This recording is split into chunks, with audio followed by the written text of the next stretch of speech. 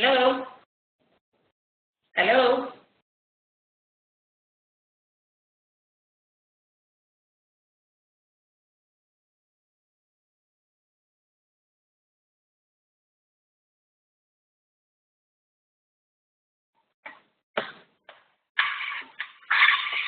Hello, Sunday.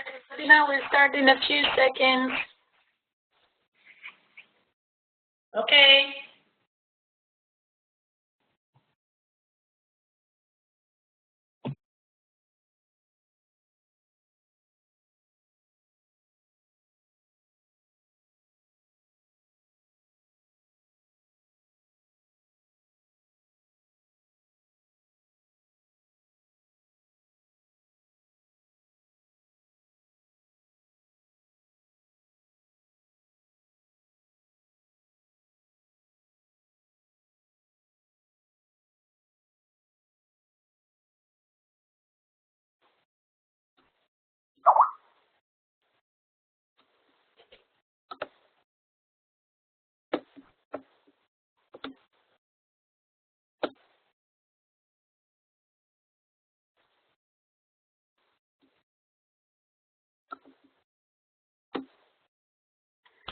So, hello everyone.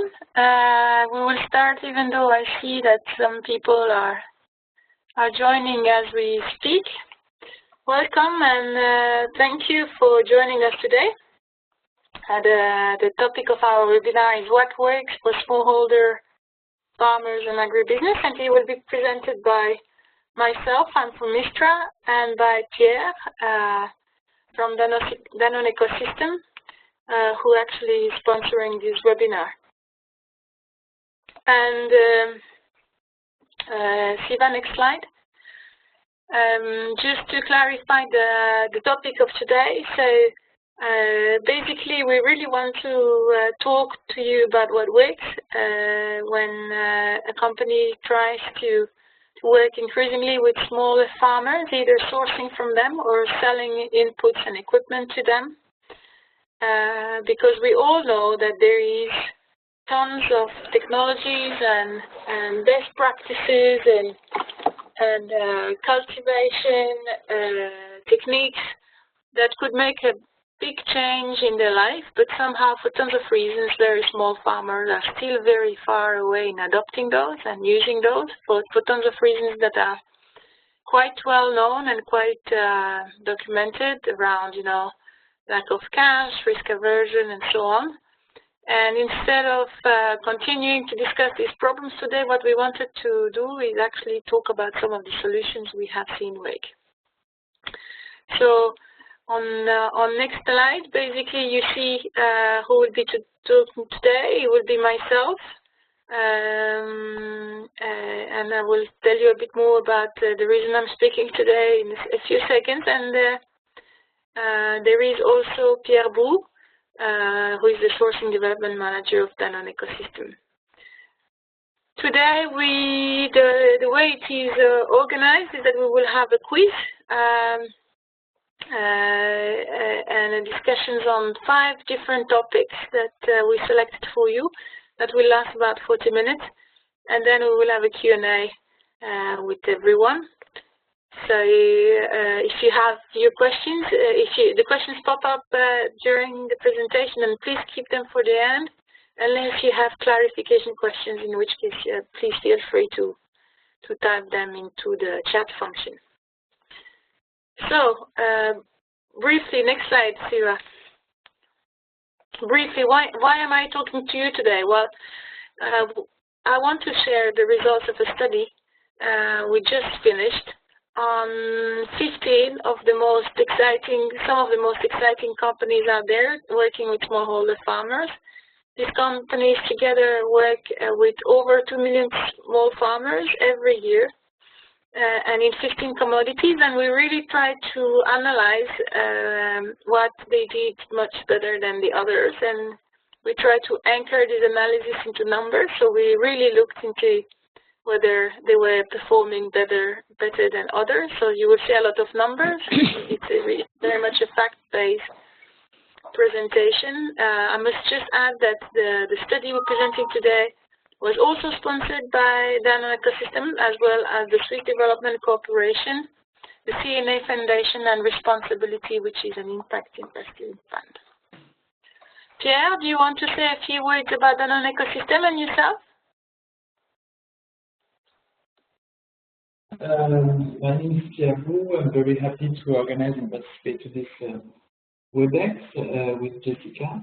I'm responsible for the sourcing cluster in the Ecosystem Fund, and I also have the direct responsibility over a geographical zone, which is Europe, Africa, and Middle East. But before we start, I would like to spend a few minutes to explain you what is the Danone Ecosystem Fund and give you a quick overview. In order to do so, I propose to go back a little bit in time. We are in 2008 and 2009, and this is the beginning of the crisis. And quite a big company like Danone can face the crisis, but we realized that some of the companies that work for us, or social economical actors that work for us, for example, the suppliers, can be quite small, nevertheless very strategic, and can be at risk because of economic difficulties during the crisis. And as a consequence, they put us at risk. And that's where was brought the concept of the ecosystem, meaning the social and economic environment around our company, and the notion of interdependency between a group like us and all the actors around us. And if we have a weak or fragile ecosystem, then as a consequence, we are very weak.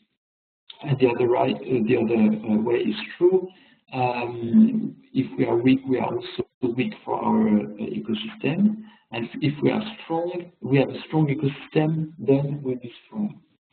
So at that period, we decided to set up a fund, which is called the Ecosystem Fund of 100 million euros, in order to reinforce the ecosystem. So it's a general interest fund.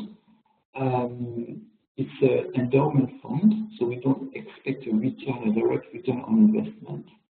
And concretely, we use this 100 million euros in order to finance some projects that will answer a business stake and have meet a business objective, and at the same time with the high social value creation.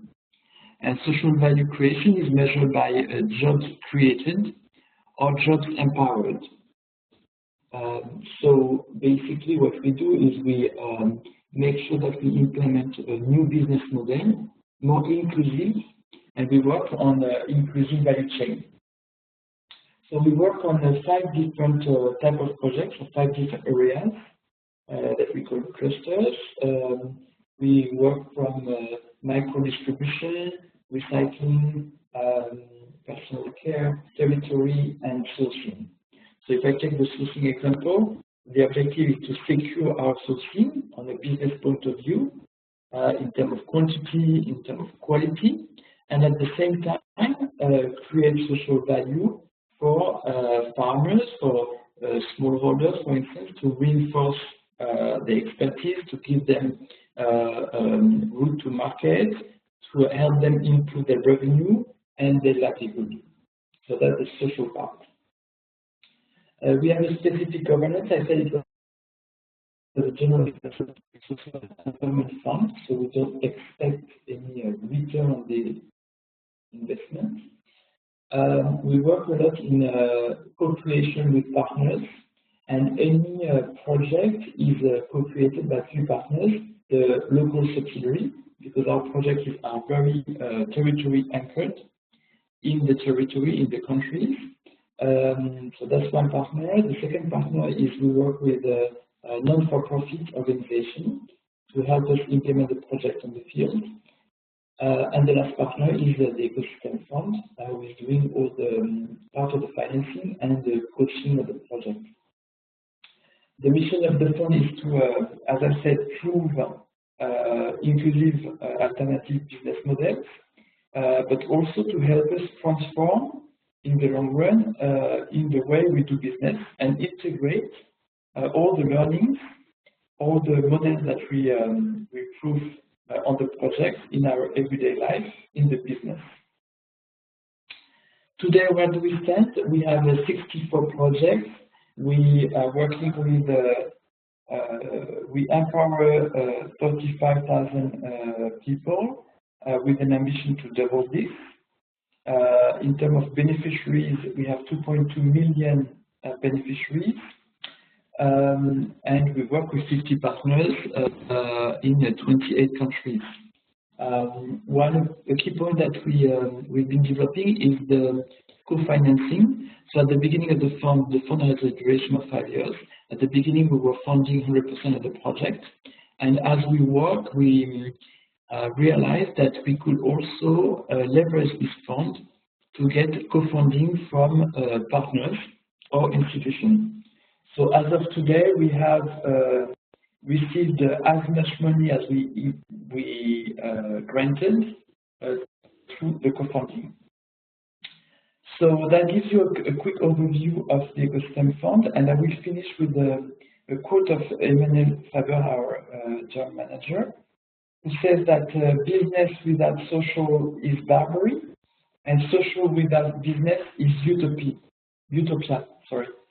And the fund really meets the two, and the funds find the synergy and make sure that both social value creation and business value creation go hand in hand for a better impact for our group in terms of business, but in terms of also of social value creation. Jessica? Thank you, Pierre, for your introduction. And now I think we want to turn to the audience. So as I said at the beginning, it will be a quiz so that it's a bit more fun for everyone, and also that we can test how good or how aligned you are. And if you disagree, please don't stay silent. Keep your questions and your challenges for the end. We want to hear about your experience too. So in a few seconds, you will see questions popping up on the right side of your WebEx screen. Yes, put yourself on mute. The truck was the. So you see questions popping up on the right-hand side of your screen. You have to click you have to choose one answer. And once you have chosen that answer, you have to submit. There is another button at the right-hand bottom corner. Please click on it. And you will have a few seconds. I will read the question, the answers, and you will have a few seconds to choose an answer. So let's start. Siva, next slide. Okay. So this is the first question. We often hear that it's very difficult for large agro businesses in particular to make business with smallholding farmers because it's so costly and they're so remote and it's so complicated. So what is the truth? Can businesses make money by working with small farmers, either buying their produce or selling them inputs? Answer A, no. Answer B, yes, but in a limited fashion. And answer C, yes, and often in significant ways. So now everyone should see in the screen, there's a poll that appeared on the right-hand side. Please choose A, B, or C, and click on Submit. You should see also a Submit button. You need to click on it absolutely, otherwise your answer will not be recorded.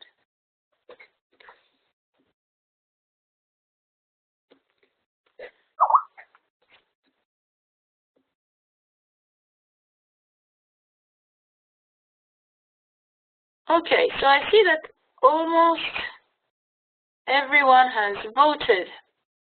So let's close the poll, Sira. Fantastic. So it seems that almost everybody agrees on C, and I must say that the right answer is C. So well done to the majority of our participants. Can we see on the next slide what actually the study we conducted says? Okay, so on the top part of the slide, actually we see that buyers, so companies that buy produce from small farmers, actually increase their net margin when they start doing so. So they had more traditional schemes for sourcing the producer earlier, and the day they start working with small farmers, their net margins improve from 2 to 25%. So the increase is significant. It can come from many different places, either better quality, better prices, logistical gains, but basically these companies do not regret at all working with small farmers. Same thing for sellers. I see that there is a bug on the slide, but basically sellers of inputs and equipment that go into these markets or into these segments tend to grow their customer base absolutely significantly. It's typically between 3 and 5 times larger customer base. Pierre, how does this resonate with your experience and with as a buyer in particular?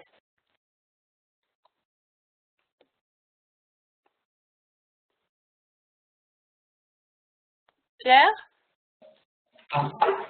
Sorry, can you hear me now? I wasn't muted. Yes. Yes. Okay, great. I'm not surprised with the results, and of course we make money with smallholders, and I even would put it the other way around. Without the smallholders, we wouldn't make any money. They are definitely a very important part of our ecosystem.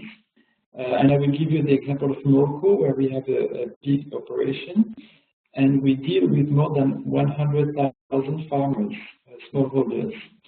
So they are really important, and I would say they're important for the security of our business as a condition.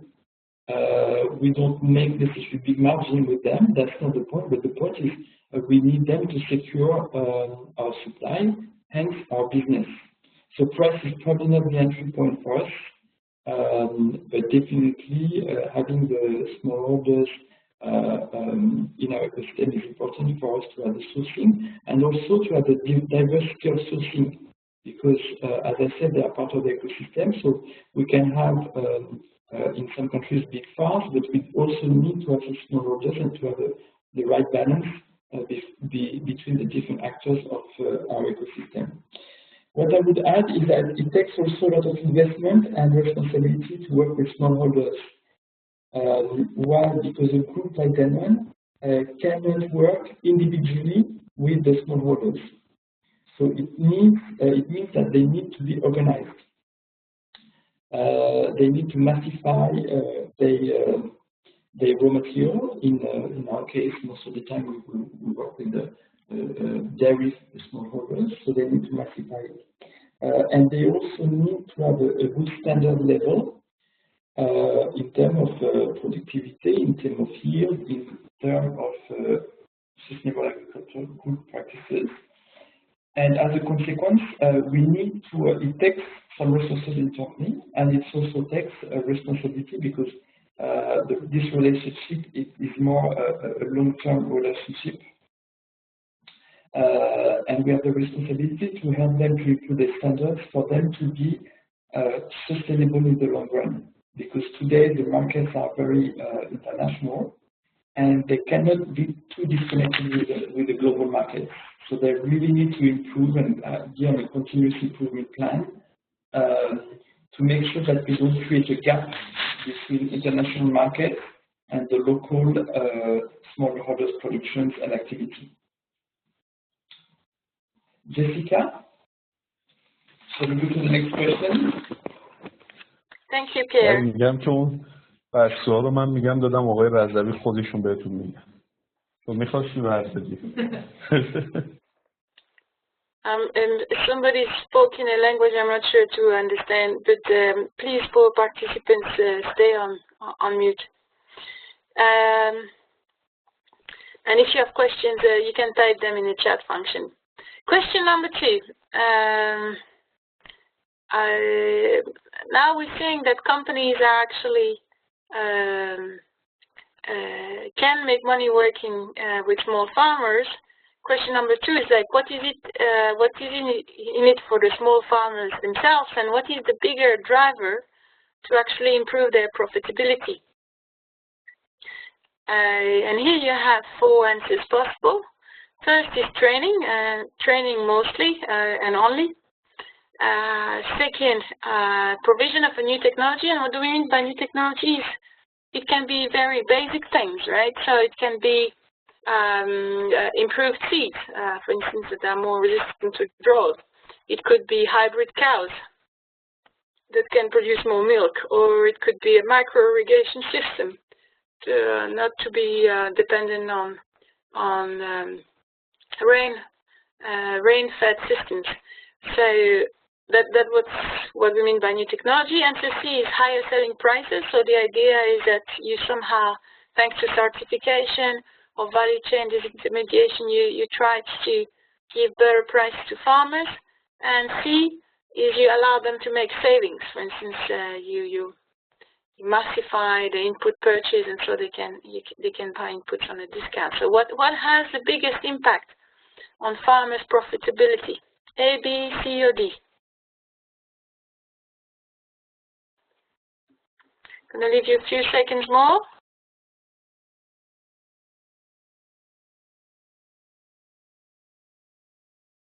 Shiva? Okay. So we have still a few people who haven't voted, but we're going to close the poll. Shiva, please close.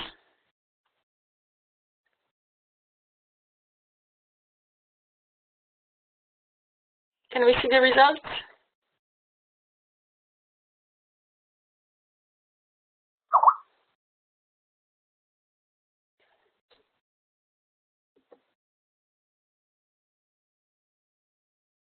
Can we please see the results?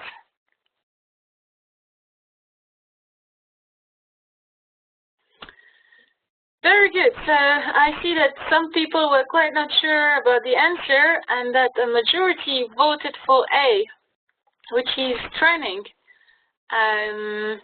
We will see between A and B what is the right answer. Pierre, do you want to comment on these results? Pierre, you have to unmute. Yes, sorry about that. Yes, actually, I voted for A myself, and because I think the training is what we see in our project. Training is very, very strong lever in order to improve the yield of the farmers, and as a consequence, we have improved of the profitability of the farmers. And the reason why is in our project, at the level of maturity, smallholders don't master at all the fundamentals of good agricultural practices, and that's mostly we're talking about dairy farmers in the country where we operate. So when we start to implement some good practices, you see a tremendous impact on the productivity and hence the profitability.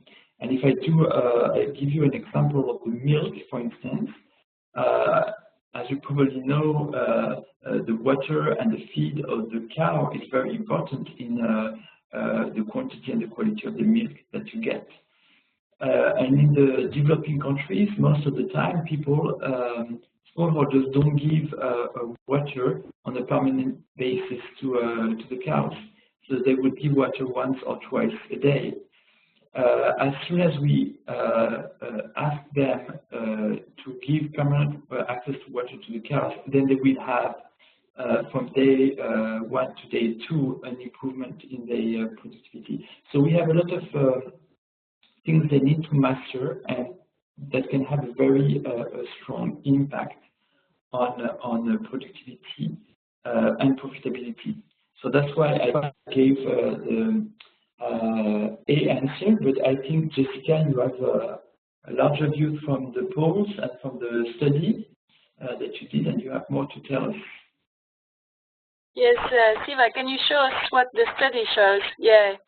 So I must say that the majority is right, meaning that without training, you don't get nowhere. So that's an absolute must, and there is no point to try to do whatever else if you don't provide that. We all agree, and if we actually, if you see the last column on the slide, is that everyone does it, at least everyone that we studied does it. It's a prerequisite. However, beyond that, how can you add further value to those farmers? What we see is that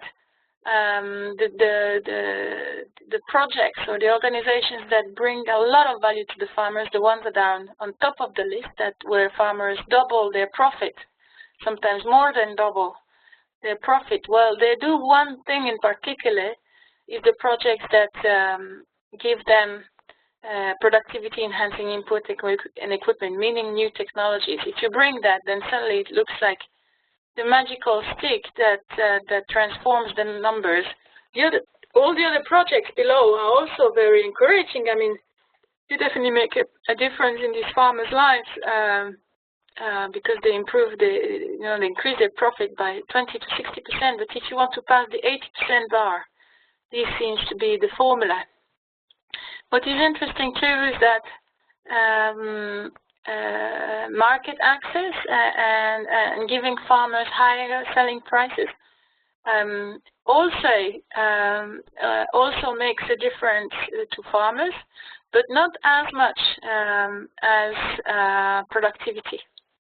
So you can see that all what is, for instance, higher selling prices, notably given to farmers thanks to market access and purchase. This is the military green color bar.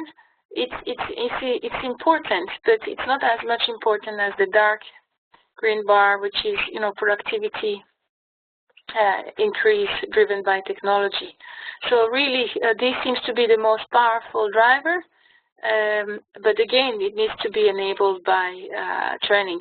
What we like also when we see this slide is that we like the idea that farmers are in the driving seat, meaning that what really makes a difference to their life is themselves, meaning you give them the right tool, the right technology, the right input, and they make themselves a big change, rather than being dependent on a cooperative or an intermediary or a certification that might give them better prices one day or another. So this is a little bit our insight on this question. Shall we go to next? Question 3. So you're like, okay, companies draw a lot of benefits from working with small farmers, and inversely, small farmers also draw a lot of benefits from these schemes, but oftentimes these projects struggle to reach high penetration, meaning to reach out to as many small farmers as they'd wish. And we try to understand why. Sometimes it's difficult. And of course, answers need to be put in context, meaning that, if a project is poorly delivered, it's normal that it doesn't grow well. But among our 15 projects that we analyzed here, all are pretty much, top-notch in terms of execution. So why was it that some struggled clearly more than others to achieve high penetration? Answer A, small farmers, it's an affordability issue.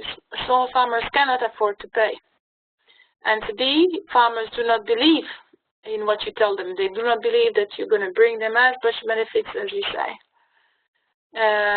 Answer C, farmers are risk-averse, and you don't give them any guarantees against the risk they take. And answer D is other. Please take a few seconds to vote.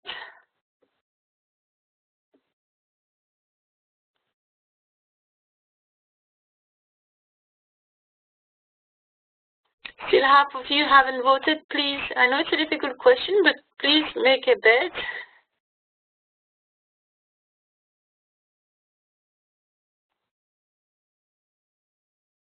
Okay, let's close the poll.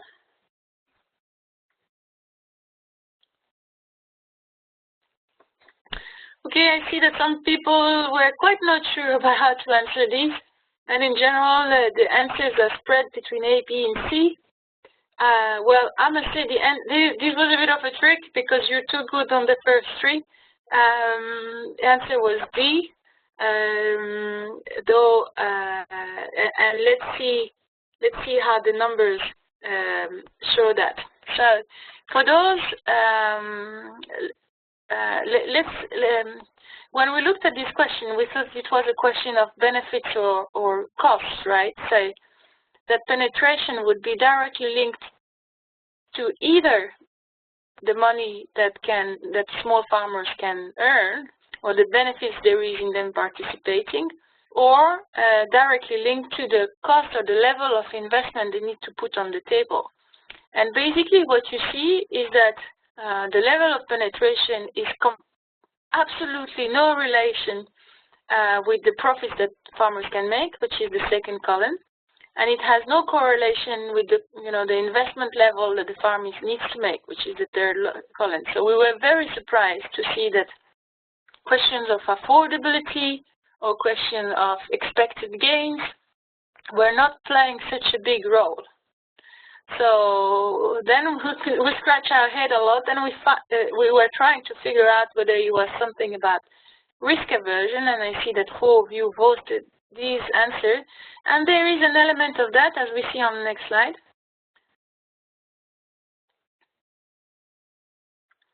But it's not risk aversion defined as like farmers are risk averse by nature, they don't understand or they don't want to take risk. Actually, what farmers do not like is the fact of being trapped, or what I call a one-way ticket. So if you propose to farmers is such that they cannot go back to their previous practice, to what they used to do before, then they will likely not join what you propose them. So that's one of the explanations why it's so difficult for instance, organic conversion programs to have high penetration, because farmers who try to do organic have to try for 3 years, during which they cannot try anything else before being certified. So this feels very much a one-way ticket, and you cannot get off the train if you don't like it, if you see what I mean. So farmers typically will be reluctant to join programs which force their hand. And giving them insurances or guarantee doesn't change that mindset much, because farmers are not afraid of perhaps dying tomorrow, or perhaps there is a drought tomorrow. They learn how to live with this, and they know it can happen. But what really makes them nervous is this one-way ticket. And I'd like to hear from Pierre on how they perhaps apply these insights to their program. Yeah, thank you, Jessica. From the results of the study, this was probably the biggest insight for me, because we had been implementing our programs and projects thinking that the long term was something that would be beneficial for the farmers and they would value. And since we've seen this, we've started to think a little bit over our approach and test new ways of working. So the last project that we implemented in Algeria, we decided to have a 3-month trial period with the farmers in order to embark the farmers more easily, so they wouldn't feel like they would commit to a long-term commitment. So it's too early to have enough history to take the final conclusion, but so far it works well, and this is probably something that we are going to replicate. And another benefit that we saw during this trial period type of approach was that it gives a lot of benefit in terms of project management. As you know, those projects in terms of social impact and development, as well as business impact, are quite new, and we're talking about innovation here, and it helps us to integrate the challenges, the takeaways, the learnings that we can capture during the 3-month trial period in the project design for the next 2 trial period. So it's very beneficial, and we are going to continue to work that way to be able to readjust as we work and as we learn. Thank you, Jessica. Thank you, Pierre. So, yeah, let's go to the next one. How to choose the right farmers. Now, we see that it's possible to get very high penetration, up to 80% in an area, but we all know that the beginning is tricky, and identifying the right early adopters is essential. So, question to you is, in general, the early adopters are better spotted among the poor farmers because they need it most, and if you manage to do it with them, then it's, you know, anyone can manage. Or do you need to go to the richer ones because they have more chances to succeed and somehow the others are used to look up to them? And the last one, neither, because first adopters should neither be too rich or too poor. This should be relatively easy, so I urge everyone to answer within a second.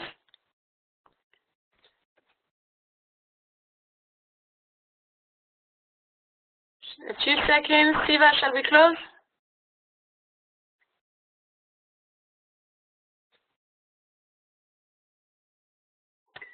Very good. So I see that, again, the huge majority is right.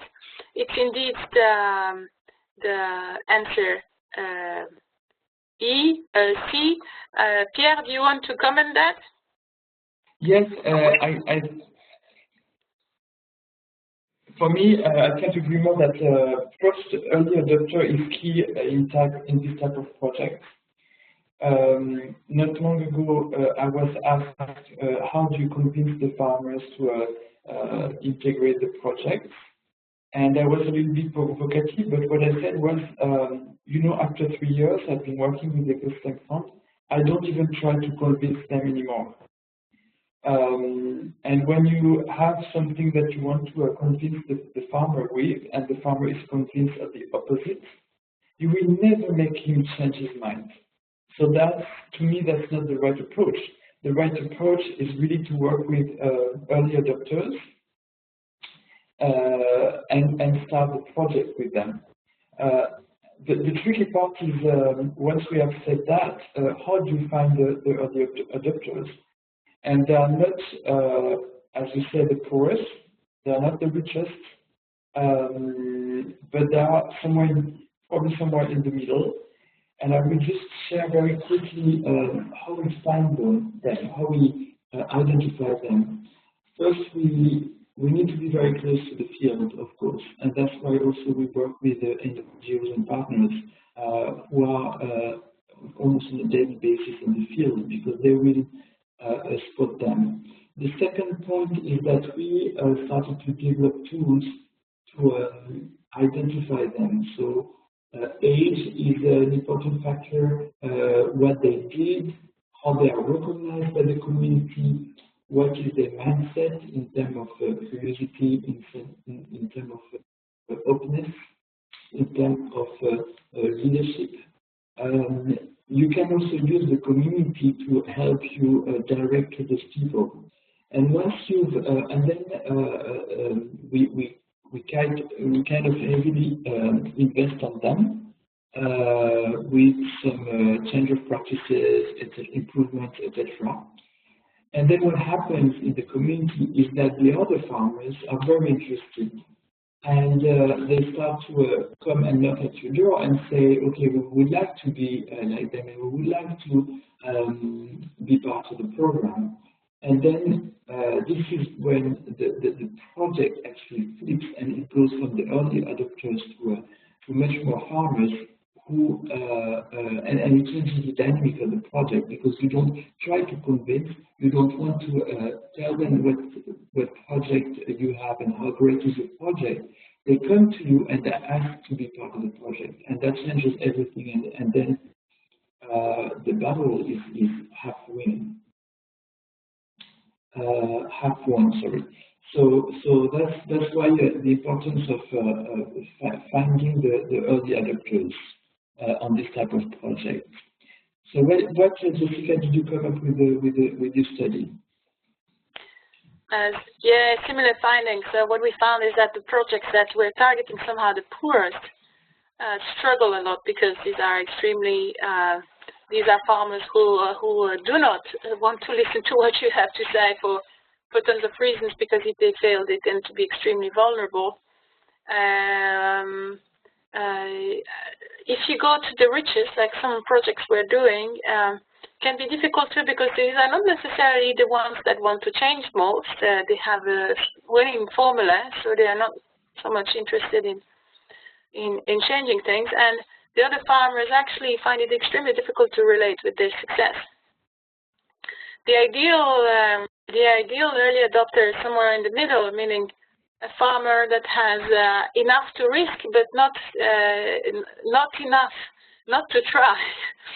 And typically, this would be a farmer of medium-sized farmer that has some level of education, open to new ideas, wanting to and able to take on some risks and try new things, and ideally also with some very respected in the community, and also with the mindset to share his success. Typically, the example we put on the slide is an Indian farmer that also was a school teacher, and the day he managed to crack how to cultivate bananas on his plot, he was organized.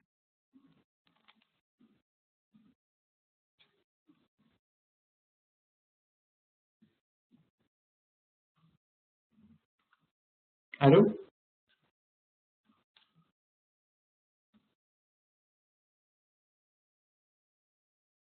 Hello?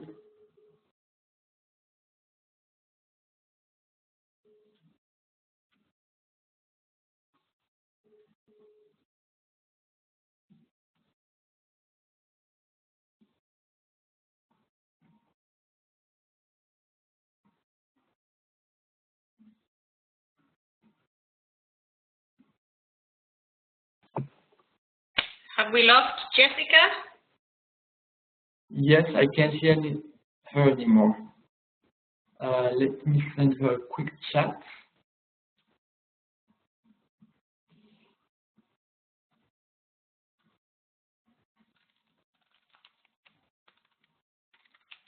Siva, can you send her also I sent through Skype. Okay, so sorry about that. There is a technical issue. Yes. We might wait for a few minutes for Jessica to join back in, and if not, we will continue.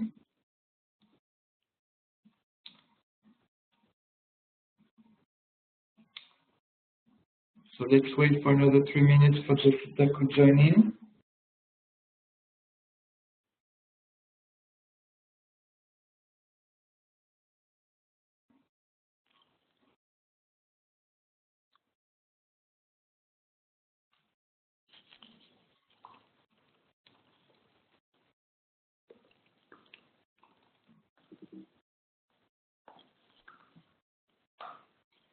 Once again, sorry everyone, we have a technical bug with Jessica, and we allow her another 2 minutes to join in.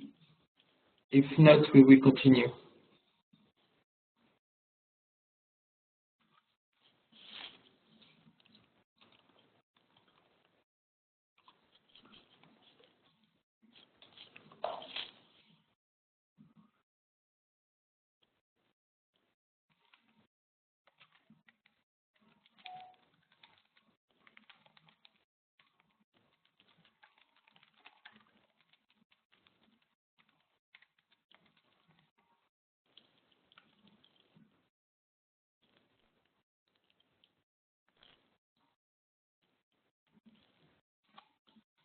Okay, should be back in 30 seconds, so I think it's worth it to wait. Once again, sorry about this technical issue.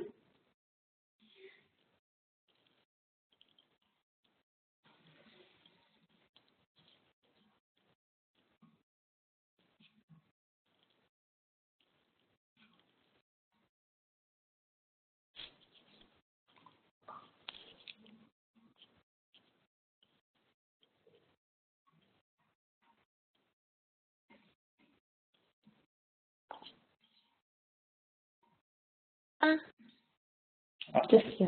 Jessica? Sorry, I was telling you. I'm sorry, I got disconnected. Sorry for this glitch. Can we go to the next question? So last question. Last question is a bit of a controversial one. We all know, and small farmers are no exception, that it's actually difficult to work consistently with farmers in general, because, especially with very small ones, because they tend to be a bit opportunistic about how they deal with you, and meaning that some projects experience considerable side selling, and or perhaps default rates in loan repayments. And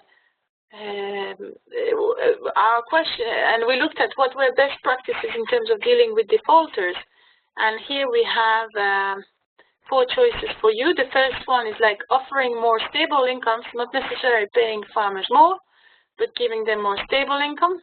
And to be increased transparency and convenience in transactions, so making it fairer and more transparent for them. And to see enforcing tough penalties, meaning you need to have a combination of carrots and sticks. And then to D, all of the above.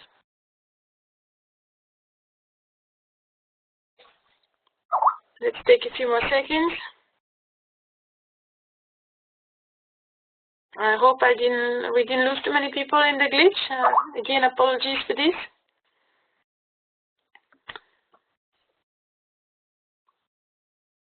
Okay, let's close the poll.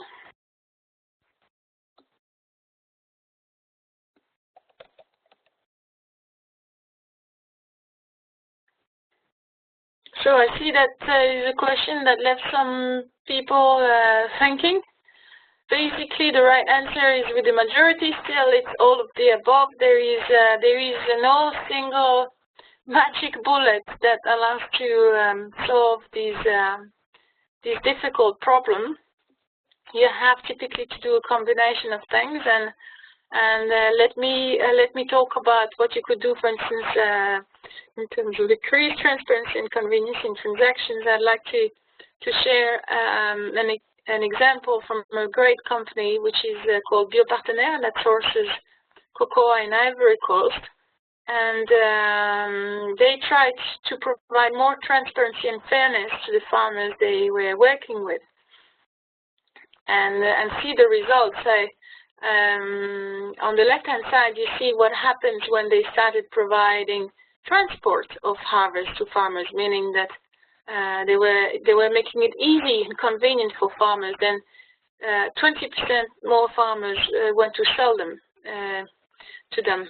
And then when they switched from mechanical to digital weighing, then the number of farmers, selling to them almost doubled. So all that to say that farmers are just like any business partner. They like it easy, they like it not complicated, and they like it fair and transparent. So there is some basic things you can do to have more trusted and better relationships, and then drive the loyalty of your partner farmers. But there is many other things around offering more stable income and other strategies that could be done.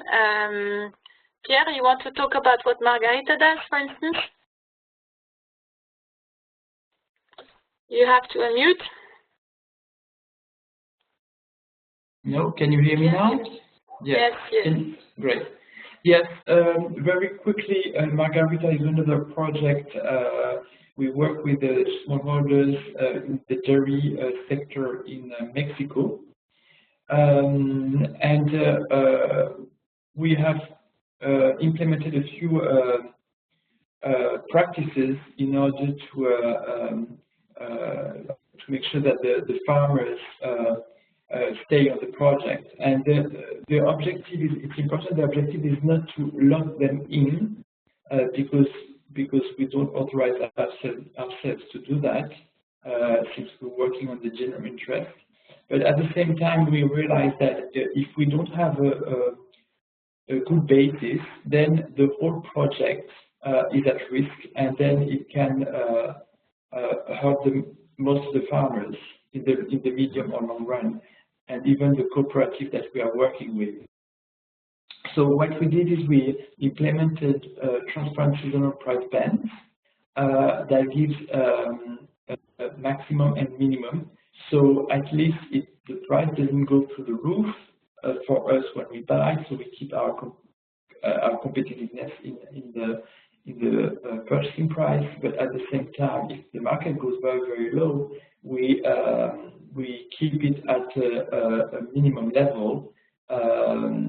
That a threshold that we don't go further in order not to put the farmers in a very difficult situation.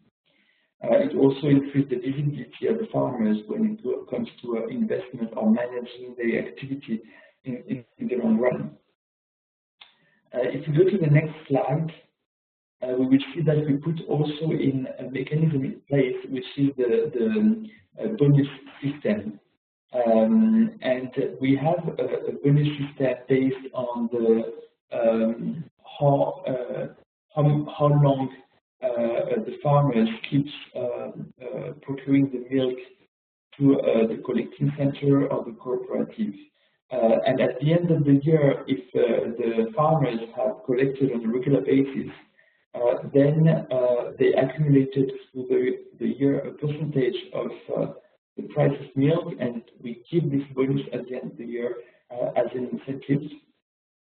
And the way we do this is that we have a big party, like before Christmas, for the end of the year, with the farmers, people of Danone. So there is a lot of pride around this, and we give those amount of money. It's important to note also that we give it to the women, because the women first has a key role in the milking, but also in the way to manage the money in the household, and that's why with experience we saw that giving it to the women made also a difference.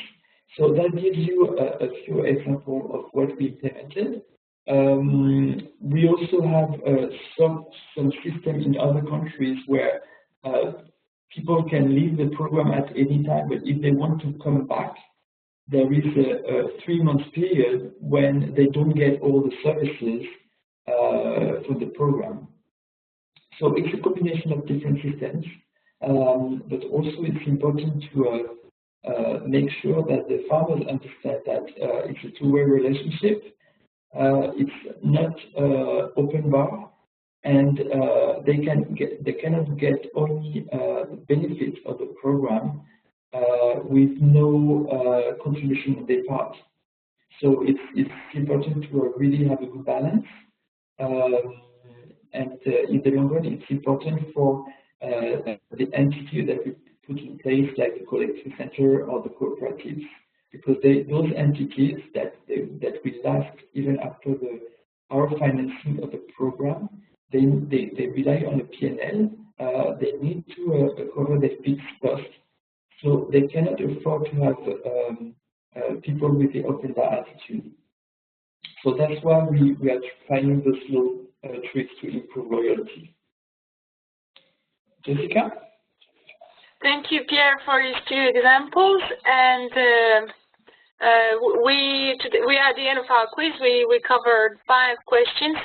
On the following slide, you will be able to see that there is many more topics that you can actually have insights on and find relevant data about, more about training, more about ICT, about whether working with intermediaries or small group of farmers, more information about loyalty and commitments, as well as some analysis about cooperatives and how well they function. All these, you will find these and many more on our website on the report. You can find the full report on the website. You will also be able to find this presentation recorded for those who want. And for those who want to have more information about the work of ecosystem, there is also Danone ecosystem. There is also plenty of places to go. Pierre, you want to just guide our participants? Yes, very quickly. Of course, you can type Danone ecosystem in your internet browser, and you will get to the site. if you want more information and you have visibility on the different projects that we finance, you can also register on the newsletter. And on the site, you will find also material that we that summarize some of the learning, some of the knowledge that we have accumulated over this period of 5 years, and which is open source on the site. So we have developed a booklet on co-creation. We have developed a booklet on the change management towards a more sustainable culture, and another one on women empowerment. So you can go on this, and you can also go on another site, internet site, Down to Earth, which is more on Danone activities on the social innovation platform. So it's not only ecosystem, but you will find also some good stories on ecosystem. Very good. Then now we have some time for the questions. So the quiz was meant to tease opinions and ideas. Now you have a few seconds to type more open questions to Pierre and me. Please fire away. There is no silly question. It can be related to the presentation or to some other topics you would like to have discussed. And as you please type them to all, so we can see what is on your mind. And in the meanwhile, as people type away, hopefully, I'd like to ask a question to Pierre about the Danone ecosystem, because Danone ecosystem is about a large company such as Danone approaching very small farmers, and what interests us is how does a large company do this, and do this effectively, meaning how do you engage the small farmers, and if you need partners, what are those partners, and how do you work with them? Thanks, Jessica. It's a very important question, because in the end we are working with farmers, and we need to make sure that we embark them and we work together with them. I will go through a certain number of golden rules that we have developed, and that seems to me like the key rules in order to tackle such a project as we are doing. The first one is to really understand the stakes and the needs of the farmers. It's very important. You need to adapt to the local diversity. And even in the territory, you have different profiles. So it's really important to understand your farmers and to most probably clusterize them. So you simplify a little bit your approach.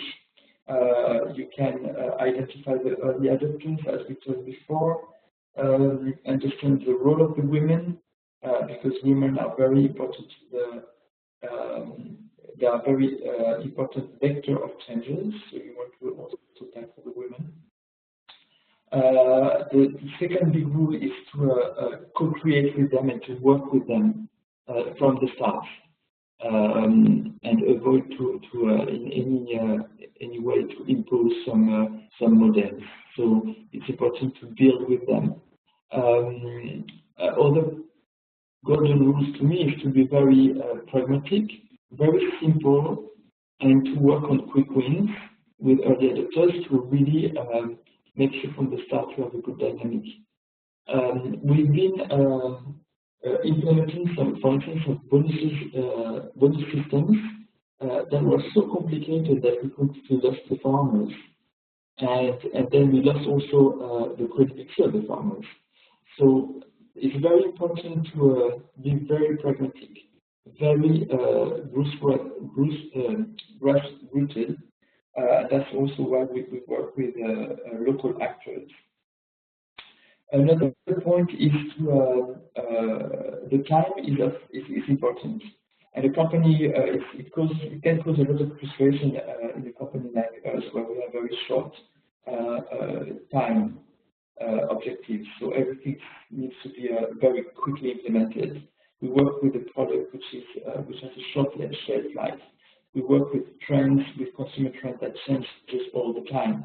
So we need to be very careful with that because smallholders have a totally different time frame. So we need to find a happy medium between the two and probably break the objective that we have into a more short-term objective. An important point also is to work in a continuous improvement, monitor and evaluate on a permanent basis where we stand and readapt the project. So we're working with those type of monitoring systems in order to, on a permanent basis, readapt our project. Even though we keep the strategic view and the strategic aim, we readapt it for the project to be more efficient. And the last 2 points is the first, the sustainability of the project. We work to create some entities on the field because we know that the project will be financed by the ecosystem fund for a certain number of months or years. So from the start, we think about what could be the end game and the entity of the actors that we carry on the project. So putting this from the start with the farmers is very important. And farmers need to understand that, as you said, Jessica, earlier, they need to be in the driver's seat, meaning that they also need to take stand and contribute to the project. So today, for instance, in our last project, we asked the farmers to pay, even if it's symbolic at the beginning, but a contribution to the project. And last point is really not only to co-create with the farmers, but also to all the stakeholders. And usually we have a lot of stakeholders directly or indirectly linked to the farmers. And that's the key point to embark them around the project and have their contribution to make a project big and to scale the project. Thank you, Pierre. We have 2 questions, so let's try to go through those if our participants agree to stay online for a few more minutes. The first one is a bit controversial. It comes from Katarina, who is asking whether site selling is necessarily a bad thing. So I'd like to start giving an answer and then I'll hand it over to you, Pierre. So my answer will be simple, I think, Katarina. Farmers are not stupid, so meaning if they find a better deal elsewhere, they will tend to go to that better deal, and it's actually the responsibility of the company to provide a package or to provide a value proposition that is attractive enough for them to stick around. But I also want to flag that completely opportunistic relationships don't work, meaning that you know, like to take a metaphor, that if you and your boyfriend are in just for flirt, there is very little chances that this will turn into a successful marriage. And so, the same with farmers, if the relationship is too opportunistic, it will be difficult to build a long-term investment and long-term success from both sides. And what typically happens in those cases is that farmers tend to deal simply on short-term considerations like price, you know, who can give me, 2 cents more. And when companies see this kind of opportunistic behavior, they tend to be reluctant to invest into farmers because all their investment will benefit their competition. And the result of that is that nobody invests into these farmers and the technology becomes obsolete, their practices do not evolve, and the supply shrinks. And as the supply shrinks, competition happens even more on price, triggering even more opportunistic behavior. And then you end up with a downward spiral that is not healthy for anyone. So as Pierre was saying, you need to find ways to strike long-term relationships in a way that works for everybody and that provides sufficient value for everybody to stay around the table happily. And this is the tricky part. It's not necessary to lock in farmers into a deal they hate or they would prefer, have something else. I hope this is the beginning of an answer. Pierre, you want to react? Yes, I'm totally in line with what you said, and I will give you 2 examples. We have we have put in place some cooperatives with farmers, and the farmers were so non-loyal to the cooperative that the cooperative went bankrupt because they had not enough revenue to cover the fixed cost. So in the end, as you said, it didn't benefit the farmers. Of course, the ones that were not loyal to the cooperative, but also to the ones that were loyal because the cooperative couldn't survive just with them. So I think, and the pity of this is that very often it's just due to a very, very small difference in price. And the farmers don't see the whole benefit that they will get from the program or from the cooperative. So one trader will come for 2 days, and because they need milk in the short run, they will increase very slightly the price, and they will sell to the farmers. But the trader, first, very often cannot support this increase of price in the long run. Second, very often will disappear and don't come back, and sometimes we've seen situations where they were not even paid. And thirdly, they don't see that they're losing a bigger benefit with this long-term relationship where they can also get services and from a program or cooperative. So there is education there, and that's why we implemented those systems that we talked about. Selling on the side can be, I mean, once again, we don't log them in, and it's also sometimes important because it shows, it makes us understand the market, and then we can, in some cases, we adapt because we see that the market is changing because people are selling. So it's also a way also to trigger us and to slightly change either our price or our practices. Thank you, Pierre. I'd like to take a few more minutes for the last question from Amanda, which is she's asking about the actual impact. So we're talking a lot about increased income and profits for small farmers, but she's asking, do they use the increased income to escape poverty? So very quickly, Amanda, in our study, we didn't look at that. We just looked at the hard figures, meaning how much cash they had in the pocket at the end of the harvest. However, other work we've done in this field hints at the fact that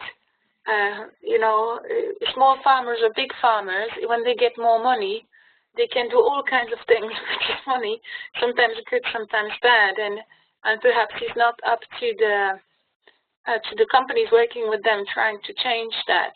Obviously, if you can work more smartly, perhaps giving the bonus to the farmer's wife in case of Margarita, because women tend to manage this kind of bonanza better, but we didn't look into that. However, what I would like to point out is often when the farmers, what we've seen is that when the farmers are in the driving seat, meaning when it's been their investment, their choice to try a new technology, and thanks to this investment and thanks to this hard work and changing their practices, they see the results, then they will tend to use these money better. If the farmers, and this applies to human psychology, I think in general, if the farmers just got a better price because, I don't know, the cooperative managed to strike a deal for whatever, the harvest, and this was some kind of bonanza to which they didn't really contribute, which was more like a windfall gain, like you win the lottery, then perhaps they will not spend that money that wisely. But that applies to us too, right? I mean, who wins the lotto today and makes a wise use of that money? While if it's a hard gain salary, then you think twice about how to spend it. I don't know, Pierre, if you want to add something to this. No, not much. I think it's, farmers, they are independent and they make their choices. So I don't think we can, I mean, we're not even here to judge how they spend their money. It's just their choice. Of course, in the long run, we pretty much know that the one who spend it wisely will be there tomorrow. But that I won't say much more than that, because it's just their choice once again, and we need to treat them as independent and own decision makers.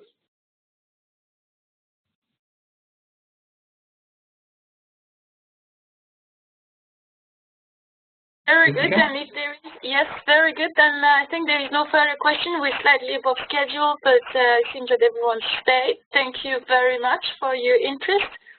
As I said, you can find more details and more insights on our website, or go on Danone Ecosystem website if you're interested in today's week.